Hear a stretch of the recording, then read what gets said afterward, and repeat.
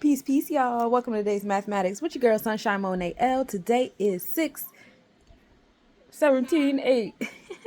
You already know we in the month of 6. This is the month of your health, wellness, and daily routine. How are you implementing and expressing your daily routine, your moral and integral code, how you wish to be of service for others? 6 in the supreme mathematics is the number of equality. I don't know what the fuck that was. Anyway, that's the number of equality. So we are in the month of 6 today, in the day of 17. I don't know why I keep forgetting that. But we have knowledge of God, which is in our space to build and destroy, right? This is in our space to create transformation. When you have that godly knowledge, that spiritual intuition, that spiritual intellect, some of you guys might come across a book, some of you guys might come across a person, some of you guys might have a random download or a dream or something like that, but it's all knowledge that you need, Ashe. So with that being said, that knowledge and got from God, and this is also like a very heavy hermit energy, like preparing you for Cancer energy. 7 is the number of perfection, heaven, in association with the third eye energy. 7 also deals with Libra house. That's the house of balance and structure, harmony and things of that nature, right? One being that cardinal energy of, taking action, pulling a wands card on your spirituality, pulling a wands card on, providing balance for yourself, especially as we enter the last few days of the second decan of the month, which is the month of finding harmony and balance and justice amongst all the cardinal actions you made in the first decan of the month. So actually, no. Yes. I'm a week ahead of myself. I want to be in the third decade. But this is a heavy pregame for the Cancer energy we're walking into. So today's a day of building and destroying. Transformation is definitely it's a day of 8. You know what I'm saying? This is solar plexus chakra. This is, secrets, uncovering, all that fun stuff, but it's all in the realms of empowerment and realigning you with Maya, however way the universe feels like it needs to force you in your life, or however way you feel like you need to enforce other people, places, things, situations, and ideas in alignment with your internal Maya, right? It matters. So, we have that 8. We're gonna take that transformation in the 8 from that knowledge that we got from God, and we're gonna put it into our 6th house, because we really want to apply all the things that we learned this month to our health, wellness, our daily routine, our moral and integral code, how we are of service to ourselves and others, right? So that 6 and 8 come together, and that makes 14. 1 and 4, knowledge on your foundation of self, right? Knowledge on your freedom, because that's 4. 4 is the number of freedom. This is a really good space of taking the best foot forward to really manifest, creating a foundation to new things. Some people coming through to the new beginnings, and this is reassurance that after you deal with that 8, with that transformation, that the flowers are going to bloom within the next number. So no worries, that 1 and 4 come together and make 5, right? And 5 is the number of curiosities. This is walking in the power of your truth, right? And 5 deals with your adventurous self, your intellectual self, as the 5th house also deals with your Leo energy. This is the Temperament. This is the inner child, your inner dramatic and creative, romantic, expressive self, right? 5 can also be associated with the air energy of Gemini. No matter what star or constellation or zodiac you associate 5 with, the key to 5 is still 4, which is foundation and structure in all things. And then the fact that, like, it was a 14, a 1, and a 4, 2 keys that help that 5. So once you enter that 5, don't lose sight of that 1 and 4 that made that 5. You get what I'm saying? So, like, yeah, you closed some doors, you had some transformation shit. So, like, now, like, a whole bunch of experiences and things like that coming up for you, but like, don't lose sight of the things that you learned in the month of 4 about staying grounded and balanced and reliable and having a sense of routine, right? So we're going to take all of that knowledge and the adventures and our groundedness within those adventures and satisfying our curiosities and, learning things. We're going to take that 5 and we're going to put it into the year of 8, because overall the year 8 eating all this shit up. So all 12 months that we get this month is all to contribute to overall this year of transformation, this year of death and rebirth, this year of the reminder that high highs make low lows and low lows make high highs. So the goal is to be the homeostasis in the middle, right? 8 deals with empowerment. It deals with business. It deals with sex. So you see a lot of sexual scandals, a lot of sexuality coming out. You got the sexy reds. You got very sexual women coming out. The succubus and the incubus are coming out, whether to uncover their secrets in the realms of gossip to create transformations in their space if they're not moving in alignment with the overall, Ma'at realm, which we have seen in a lot of these cults, because 8 also deals with occultism.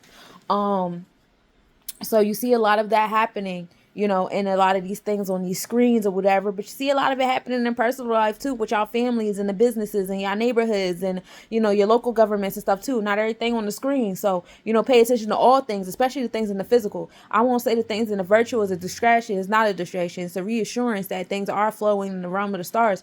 But every now and then, put the phone down, find balance, tap into that Libra. We all got Libra energy in us. We all got a second house in us. We all got the heart chakra with the Libra energy. So we all have the capacity to find balance, right? And harmony. So find a balance between the virtual and the physical world, and applying your mathematics and the stars to these spaces and these places, and learn how to play the magician card on yourself. Like, yeah, you could pull the Wheel of Fortune. Yeah, you could trust the universe. I definitely want you to trust the universe. But then you could also pull the magician card, because both of those stars is part of you, right? All right. So let's talk about what's astronomically speaking. Oh, did I do the math?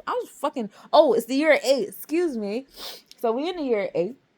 We're going to take this 5 and put it into the 8. It's 13. That's a karmic debt number. No worries, because we like the karmic debt numbers. And we already learned this lesson back in 14. That stability is the goal here. Taking initiative on that 3. So, a lot of us have been taught not to express our feelings, to be embarrassed about our feelings, that feelings are supposed to be, at war with logic and knowledge. And no, honestly, no. Feelings are only at war with this indoctrination, with this matrix and shit like that. Because if you really did what you felt like doing, when you felt like doing, this whole economy will fall apart, as it should, because it's not in alignment with us. It's not in alignment with our nature. It's not in alignment with the nature of nature. The fuck? This shit is so out of alignment to force yourself into it. It's by design. You're going to get illnesses and ailments and diseases, bro, because it's not natural. You know what I'm saying? And so in this space, this karmic debt number is really learning how to align the knowledge to your understanding, aligning the knowledge to your expression, aligning that masculine energy to what you give birth to, right? That father energy to the child energy, right? They're supposed to blend hand in hand, not one over the other, as we have been taught. And this is like a really dope pregame for Cancer season, because, in this space, y'all gonna feel nothing but feelings. And you have to learn how to honor your feelings. We've been taught to really ignore them shits, and they don't mean nothing, and they're irresponsible, and it's not ideal. And that don't serve you to do that to your feelings. Your feelings is the main only sense you have on your body. You just experience it different on different parts of your body. So we give honor to the fact that we have the sense of feeling, and by giving honor to the fact that we have the sense of feeling, we listen to our feelings, right? We act on our feelings. We wait till our feelings are at a reasonable state to act on our feelings. That's the combination of that 1 and 3 coming together to make 4, because what you do with that 1 and 3, it's going to come into fruition. So that's what I got for you today. Now we can get to the astronomical Jones. So we start the day off with a waxing gibbous moon rising at 4:22 p.m. and setting at 2:16 a.m. We are in Libra in the tropical, so our thoughts are on this balance, justice, and harmony. Also in the Vedic chart. However, we still got a little bit, we started off the day still a little bit in Virgo constellation, okay? So, the last little bit when you started the day, you probably felt like, finishing up whatever organization or whatever you started yesterday. So, kudos to you for doing that today. It's all happening up in the 8th house. That's the house of transformations, death, and rebirth. Really standing in your power is important today when you find that balance and you really organize, with that Libra Virgo energy, Ashe. The sunrise at 5:29 a.m. and setting at 8:31 p.m. The AM visibility of the moon begins. Mercury and Venus are at minimal angle today. At 6:39 a.m., Mercury is 0.9 degrees north, conjunction at 8:32 a.m. Mercury was 0.9 degrees north, and no, it was not visible. And so Mercury and Venus and the sun are making a little triangle situation today, because just for the next week or so, because they are in superior conjunction with the sun. So you have this nice triangle of creation of your experiences, because the sun is your ego, your experiences, or whatever, while Mercury is your throat chakra, what you command, what you speak into it, what are your habits, what are you speaking into your experiences, and Venus is your heart aligned. So this is another alignment of your intellect, your 1 and your 3, your 1, 2, 3.